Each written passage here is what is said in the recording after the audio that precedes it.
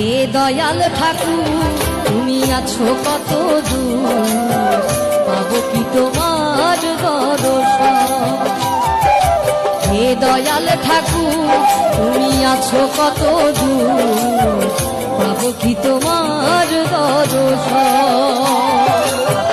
তোমারই বিহানে ঝরে জলে নয়নে, তোমারই বিহানে ঝরে জলে নয়নে, বোঝো না ভক্তে নিবেদন।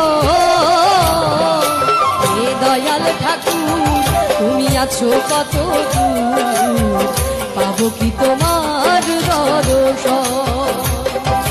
হে দয়াল ঠাকুর তুমি আছো কত দূর, পাবো কি তোমার দর্শন।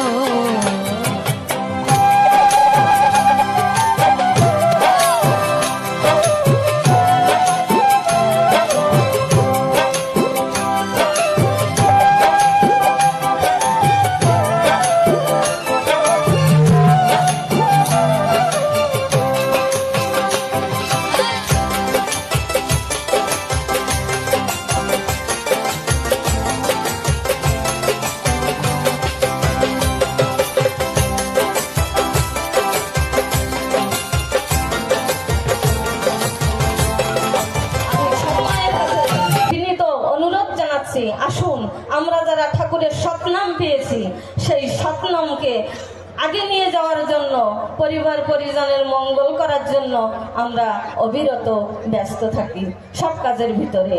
আবারও ঠাকুরের একটা বাণী বলছি, ঠাকুর বাণী দিয়েছেন, মানে সদ্গুরুর শরণাপন্ন হও, সৎনাম গ্রহণ কর, সৎনাম মানন করো, সৎসঙ্গের আশ্রয় গ্রহণ করো।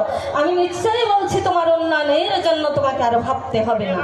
তাই আমরা যেখানে যে অবস্থায় থাকি কমপক্ষে সৎসঙ্গে যাওয়ার সময়টুকু বের করতে যদি পারি, তাহলে মনে হয় আমাদের আর কিছুই করার থাকে না। আর সন্তানাদি তো আমরা মা সবাই পালন করি, কিন্তু আমরা লালন পালন করতে জানি কি? মনে হয় না। তাই আমরা যদি ঠাকুরের নাম করি, তাহলে যে আমাদের এই আধুনিক যুগের সন্তানরা, কটা সন্তান ভালো হচ্ছে, সবাই কিছু না কিছু সমস্যার ভিতরে জড়িয়ে পড়ছে।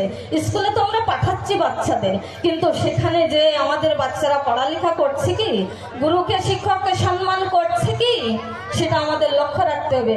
তাই আমরা আসুন ঠাকুরের নাম করি, নামেই শক্তি, নামেই জীবন, নামেই বেঁচে যাব আমরা।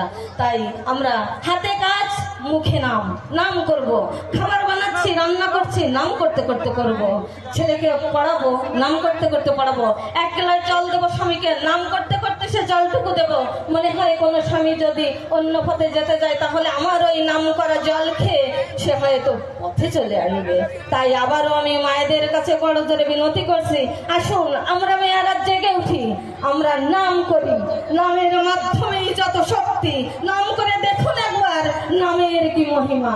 আজ আমি এই বলে আমার বক্তব্য এখানেই বিরাম দিচ্ছি। সবাইকে জয় গুরু।